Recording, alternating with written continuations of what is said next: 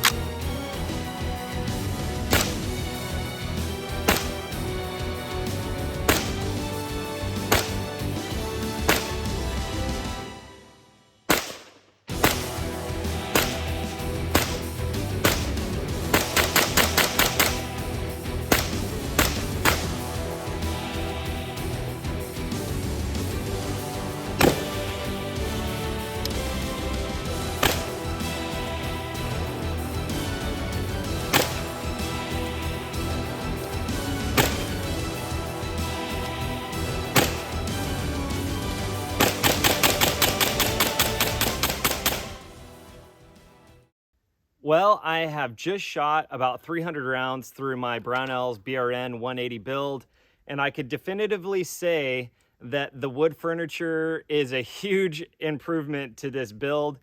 I can't even touch this for more than 1 second because the upper rail is so hot. I could probably pour water on it right now and it would sizzle, but I can grab the whole build by this handguard cover and it's just slightly warm. So the wood insulated that rail perfectly. I could shoot repeatedly without any discomfort at all on this forward handguard. And that's with this crazy muzzle brake on there. So I think overall, I am just super pleased. Right now, I'm running into a little bit of an issue. The Midwest Industries receiver extension is loose. You can see it's wiggling around there. So there's 2 set screws inside here and I don't have the right Allen wrench to tighten those up. So I think I'm pretty much going to be done shooting this for today, but I hope you enjoyed watching this gun be fired for the first time. I hope you enjoyed that shooting footage. Now, I want to give you my final assessment of what I thought of this setup and this build. Now, as I mentioned in the video that you just watched, the wood furniture on this build made a significant difference. One of the major complaints that people have of these Brownells BRN-180 builds is that the upper receivers, specifically at the handguard area, they get incredibly hot. And if you watch a lot of people shooting these, what you'll notice is a lot of people will have a glove on their support hand. So usually their left hand if they're right-handed. I didn't, as you could see in the video, I did not have a glove, and I shot way more than I anticipated shooting. When I was out there, I was shooting this. This is the Tula steel-cased 223 ammunition, 75 grain. This is what it is here. I had about 470 rounds left in the container when I was shooting it, and now I only have like, I think 15 rounds left. So you can see here, I've got just a ton of brass. I didn't anticipate shooting that much, honestly. I was just having so much fun with this build. And like I mentioned, the wood just made a significant difference. I shot it the entire time, all 400 plus rounds. It was probably 450 rounds that I shot, and no problem. I mean, the wood, I couldn't touch this with my bare hand. It was just so hot that you could go like this maybe, but if you left it on there for more than 1 second, you were like burning the heck out of your hand.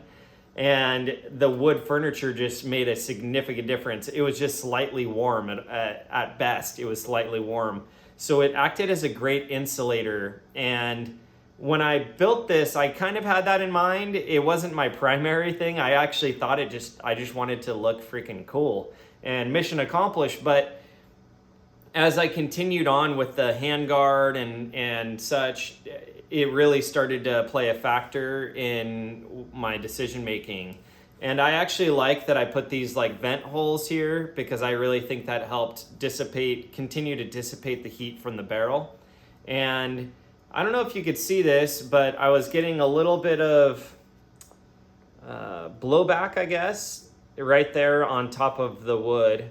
I think that'll clean out, but I haven't cleaned this yet. Overall, it just still looks fantastic. I don't really think it incurred any major issues. The only major issue I ran into, which I showed on the video, is the 2 screws that hold the Midwest Industry receiver extension to the folding portion.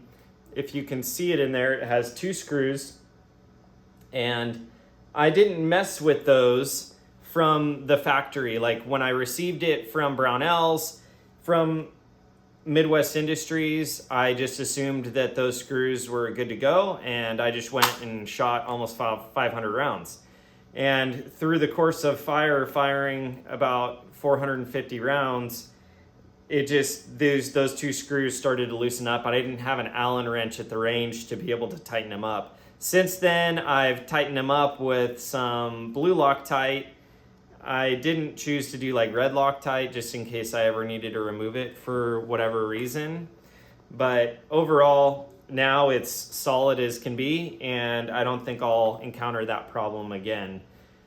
That is basically the only that's the only malfunction I saw the whole day. I never had any malfunctions with the actual pistol itself. No failures to feed, no failures to eject, no stovepipes. I had to do no malfunction drills. I never had to strip the magazine, and I just shot it and shot it and shot it and shot it and shot it. So I think that, I mean, the cheek riser worked really well. I have the extension centered on the back of the Brownells receiver, and when I put it to my face, it lines up the sights perfectly, and I have that nice soft support on my face. In the video, you saw that I was shooting out to, I think it's 107 yards to a small, it's a 10-inch silhouette plate out there, and I was able to consistently ring steel without making any adjustments to these sights. I haven't sighted it in or anything, and I was able to just line it up and just make consistent hits to 100 yards. That doesn't surprise me, honestly. I mean, these are really high quality upper receivers. I didn't anticipate it being inaccurate, but I didn't, honestly, beyond shooting out to that 100 yards, I didn't really test its precision accuracy that day. And maybe I'll do a follow-up video and see what kind of accuracy I could squeeze out of this. But it's just fun to shoot. I mean, it's going to be accurate enough for what do they call that, man-size MOA. So at the end of the day, I think it's fine. If you have the technical ability to make one of these wood handguard covers for one of these Brownells BRN builds, I highly suggest you do, because it just is a huge help for these kinds of setups. I hope you've enjoyed this video. I hope you enjoyed the shooting footage. I have some big news for you all. I now have my official Brownells discount code.